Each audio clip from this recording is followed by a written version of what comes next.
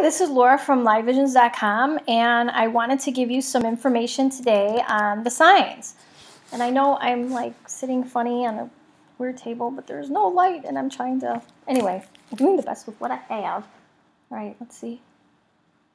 Well, that's okay, I guess. Anyway, looks like I have a double chin because I'm looking down.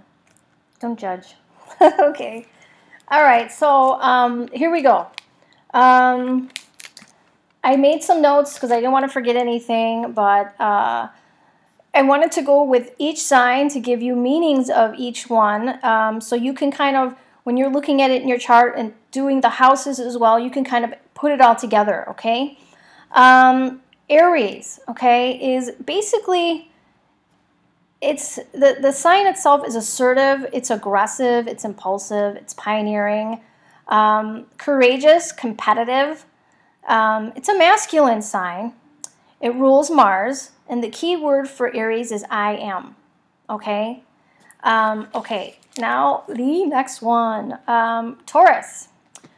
Taurus is stubborn, down to earth, concerned with enjoyment, possessive, acquisitive, meaning they like to gather, you know, they like to acquire things, you know, weird thing too, a lot of people with a lot of planets in Taurus, you know, may like to hoard, you know, like keep stuff because they don't like to throw it away.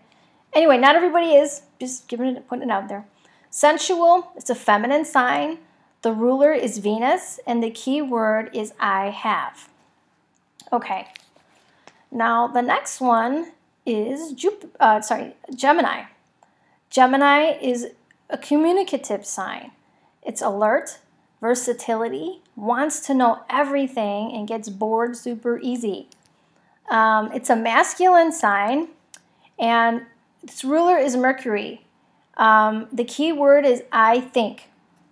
Okay? And Geminis, you know, I don't know if you've ever met a Gemini, but they're so like inquisitive, and they love learning. They love to learn new things.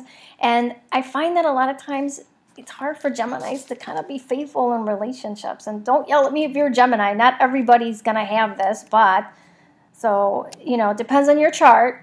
But a lot of times it's kind of like, you know, they're dating one girl, and it's like, oh my God, I find her interesting, but yet, you know, Pamela is cool too, and so is Jenny, and I want to know what she's like too. They're known to date more than one person at a time, and their libido is quite high, but they tend to kind of date more than one person at a time. Just letting you know. Okay, so the next one.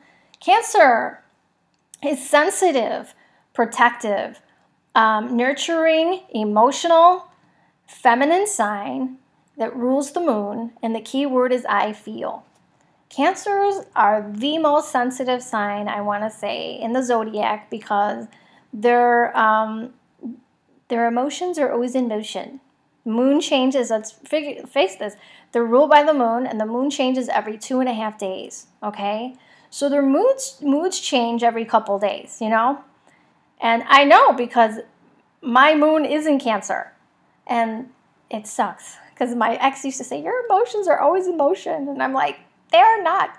But I have a little help because mine is conjunct Ketu, which is my south node, so, you know, it kind of tones it down a little bit, but still emotional. So keep that in mind. If you know someone who's got their sun or moon in Cancer, and they kind of can be, and don't lie, you people who are Cancer, you know who you are. They like to use emotional manipulation sometimes, you know. And I don't want complaints because it depends on your chart, but you know who you are. They like to, when they don't get their way, retreat, you know, I'm going to ignore you, I'm not going to talk to you, and they're more apt to do passive-aggressive behavior, which is like, oh, if he or she doesn't know why I'm upset, then I'm not going to tell you, or I'm not going to call them for a week, but expecting them to call. You know, I'm just saying they're more apt to do the passive-aggressive thing because they're so sensitive, and little things may offend them, and they expect you to know why, you know. And I will say, being a Cancer moon, I'm guilty, not really of the how do I say? I'm a little bit passive aggressive, but I will say I don't really do the emotional manipulation, but I have done the, oh my God, that person was so rude, and you're so shocked that they're so rude and you don't react, but you're like, I am not speaking to that person. And that person better apologize. They better be sorry. So anyway, just saying. Okay, the next sign is Leo. Okay, very creative sign. Joyful, intense, concerned with self, loves attention. They're the, I want to say the actors of the zodiac. Leo, let me get some light on the subject. Is it better? Okay. Leos are the actors of the zodiac. What else? It's a masculine sign. It rules the sun. And let's face it, anywhere the sun is, it illuminates, right? So Leo has to love attention, you'd think, unless it's in the 12th house. Keyword is eyes shine. And these usually do. Usually Leos, they're the types where, it depends on your chart, though, too. I'm just giving you a generalization, so don't shoot me. But they're the type, when they walk in a room, everybody notices them. They're the type to wear a lot of bling. Oh, like they would love my shirt, my BB shirt, because it's got a lot of little sparkles on it. So, yeah, they're the type that they love the bling. They're usually decked out. They love to get dressed up. They love to do their hair to the, dress to the nines. And, they're showy types, and they're usually, I want to say they get attention no matter what, unless it's in the 12th house, okay? If your sun is in the 12th house, it means you're behind the scenes, and, but still, and you've ever noticed, like, people who have, I don't know, maybe like your moon in Leo, if they don't get attention, oh my gosh, like, they will have a temper tantrum. And don't yell at me if you're a Leo moon. You know who you are. So, I'm just saying, it depends on the rest of your chart. So if you're the one that doesn't do that, don't send me a nasty comment. I'm just saying, I'm giving everyone a generalization so they can understand the sign. Okay. Leos are good people. Oh, very generous too. Leos will be the type where they, if you're dating a Leo, he'll probably take you to the most expensive, beautiful restaurant and buy you the most beautiful gift for your birthday. But when it's his birthday, I don't want to say they keep score, but if you get him like a card and say, yeah, happy birthday, blow him off, trust me, he will notice. They give a lot, but they also expect to receive too, and if you're broke, I'm sure they understand. But I'm just saying, if you're dating a Leo, you don't be cheap. If you're cheap, you'll have a fight about it, I'm sure. I'm sure. Anyway, okay, let's go to Virgo. They're scientific, discerning, critical, analytical. Feminine sign, ruler is Mercury, keyword is I analyze. So, Virgo, as a Virgo Ascendant, I can say I'm always, let me fix my little computer here and the light. Okay, making it better. It looks like I have a double chin. Don't judge. Anyway, I don't because I'm looking down. Anyway, so Virgos are the type of sign that, especially if you're a man and you have your Venus in Virgo, you're going to be so picky as to the type of woman you want to date. Like no woman is going to be 100% of what you're looking for. So I want to say if you find 80%, grab her. Because if you're a man with your Venus in Virgo, you're so picky. Just like if you're a woman and your Mars is in Virgo. You're analytical and super picky on what you want. And that's okay. But you got to make sure you're not too picky to the point where you're alone. Nobody's going to be that 100%. Virgos tend to, I have a Virgo Ascendant and I can tell you this. We could be anal retentive neat. Like always cleaning, always, I don't know, like I'm always fixing something or decorating something or cleaning something.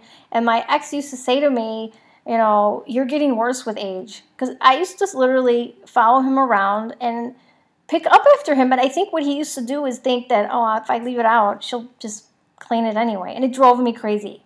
So if you're a neat freak Virgo, you need to be with someone who's kind of on the neat side. Otherwise, they will drive you nuts. Just saying.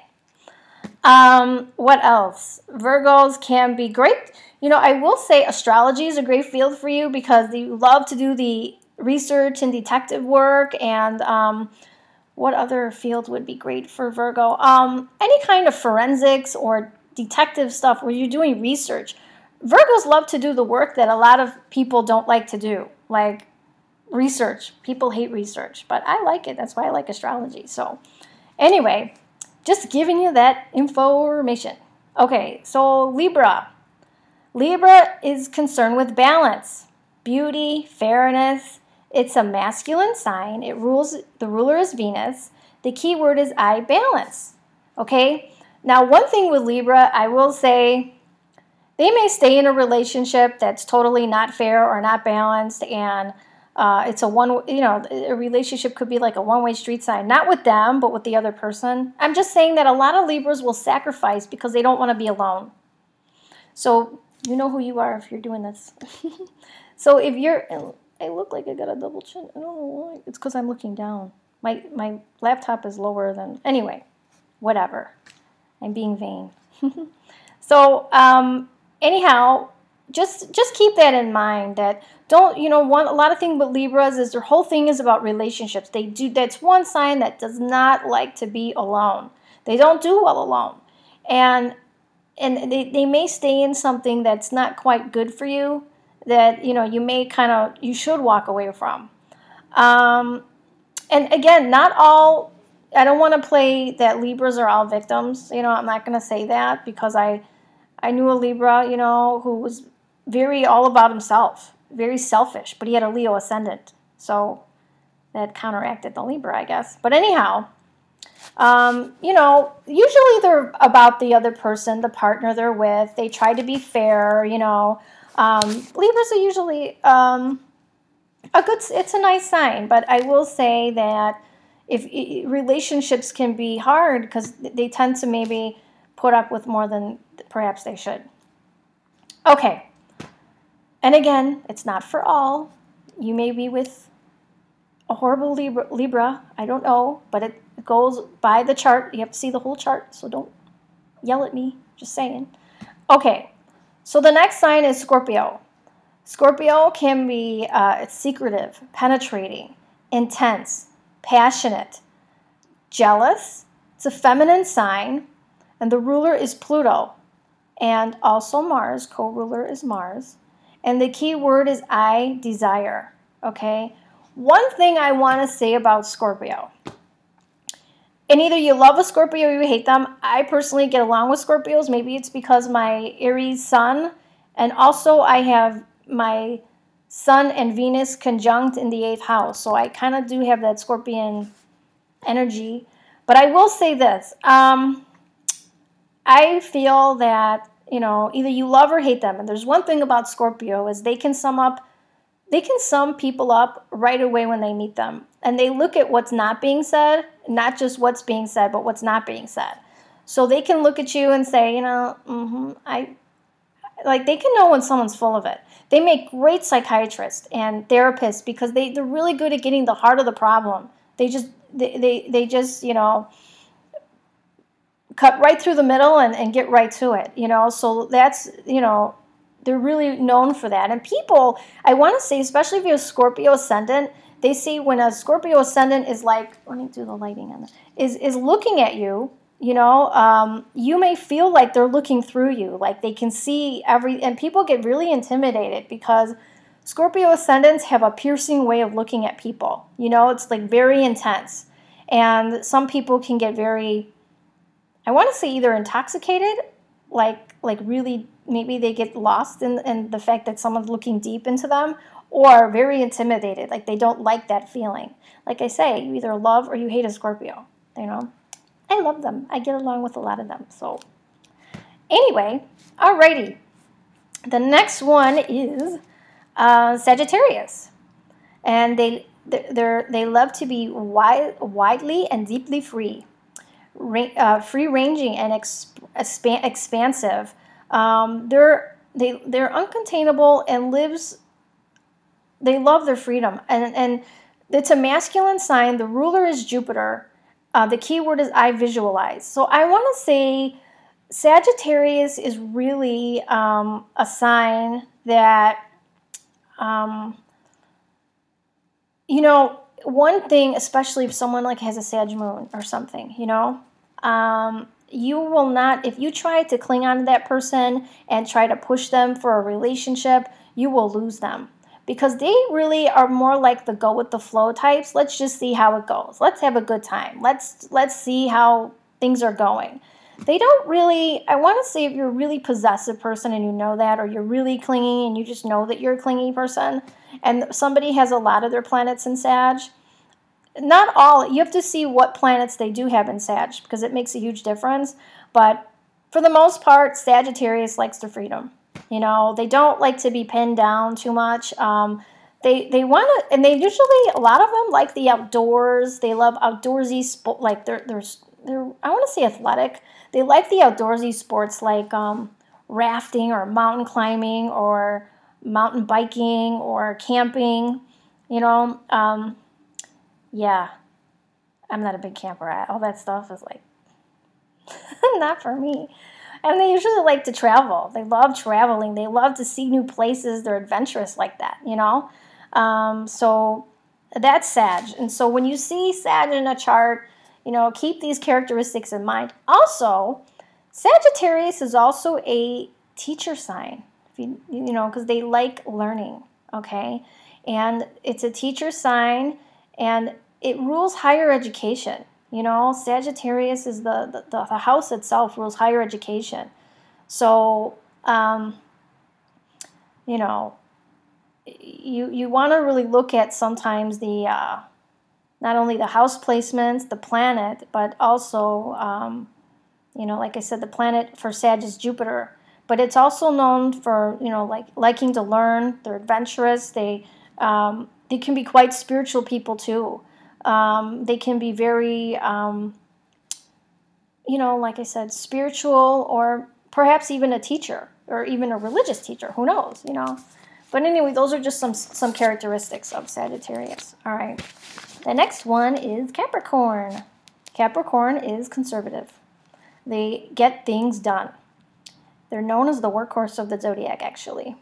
They're down to earth, practical, concerned with accomplishment, and they're great at discipline. It's a feminine sign. The ruler to Capricorn is Saturn. And the key word is I utilize. Okay? One thing about Capricorn. Alrighty. I will say Capricorn, and don't shoot me. Again, the stuff I'm giving you is a generalization. So don't say, I'm not like that, because you have your own specific chart. Your chart is like a DNA.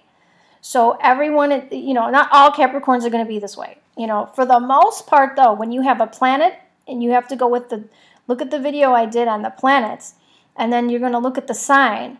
So let's say a moon is in Capricorn.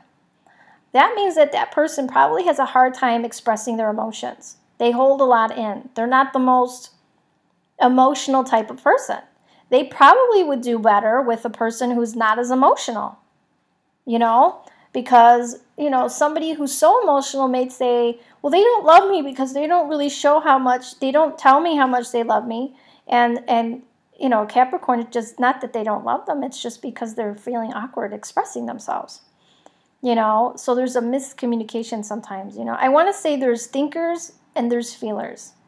And Capricorn is the thinker, you know. I'll talk a little bit more about that at the end of the video. But for the most part, you know, I will say that earth and air signs are thinkers. They think about their emotions before expressing them.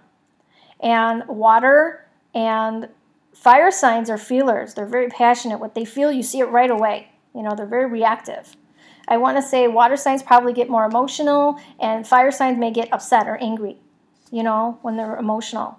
Air signs tend to think about it rationally. Let me think. Well, let's think about this situation before we act on it. And earth signs are more like, yeah, we'll just deal with that later, you know. They think about it, you know, they're more rational in that way. But when you're with a thinker and you're a feeler, you could have problems.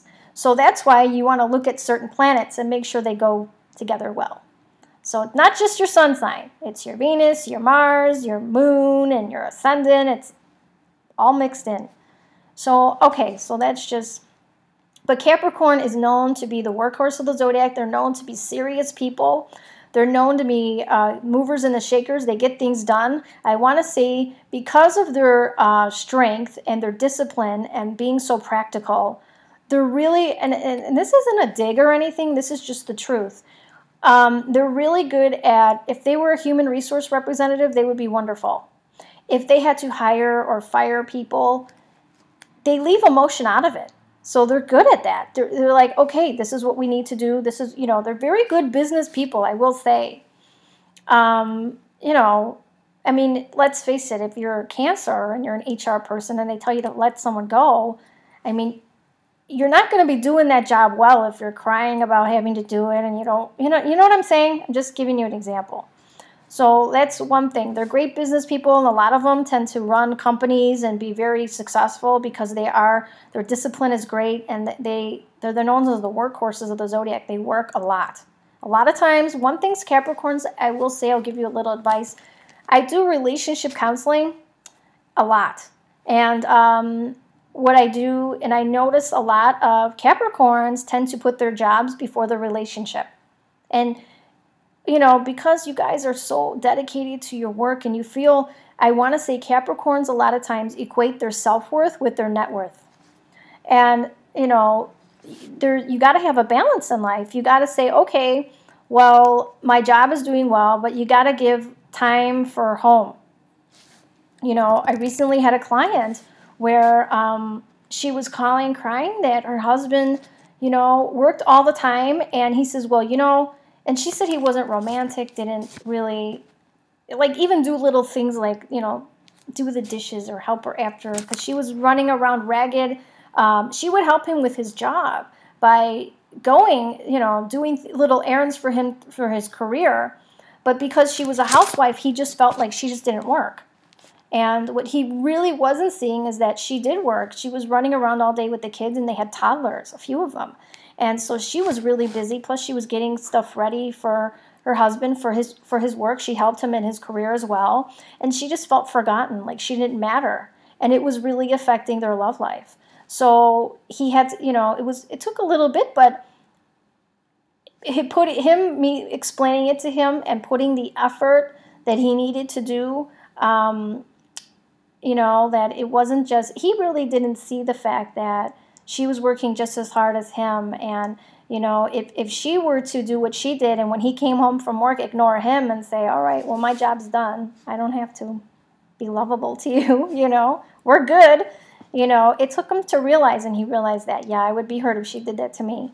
So, but yeah, I want to say, and again, not all Capricorns, like this, but a lot of them put their job first. They feel that if they're providing, they're doing their part, and that's only part of it, but anyway, that's on another subject. Okay, so let's go to Aquarius.